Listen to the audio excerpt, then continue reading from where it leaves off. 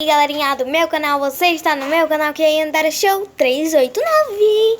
Então galerinha, no vídeo de hoje é eu fazendo slime. Fazendo não, porque eu já tenho aqui, né? Então, eu já tenho aqui, então galerinha. Esse slime tá muito melhor do que daquela outra vez que eu só coloquei álcool em gel. Então galerinha, hoje eu coloquei esse creme aqui meu, ó.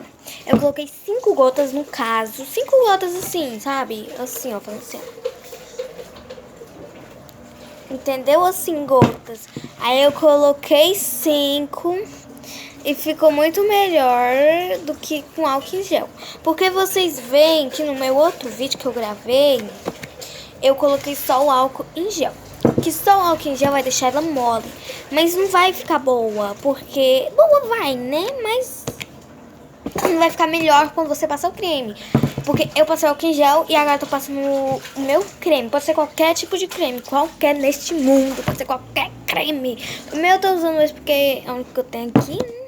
Se eu tivesse outro, passava outro. E... Então, né, galerinha?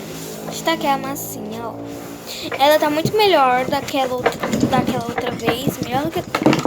Melhor do que daquela outra vez. E como ela está melhor do que daquela outra vez, foi por causa que eu passei o creme. Então, quando vocês passarem o creme, acho que vai ficar boa também. E eu acho que eu tô passando creme, eu não sei se vai ficar até amanhã mole, por causa também pode ficar dura, né? Eu não sei. Se ficar mole, eu volto com vocês e falo. Mas até agora, quando não amanheceu, eu não sei. Então, galerinha, se inscreva no meu canal, ativa o sininho de notificações para não perder nenhum dos vídeos. E já vai deixando seu like. Então, galerinha, esse foi o vídeo.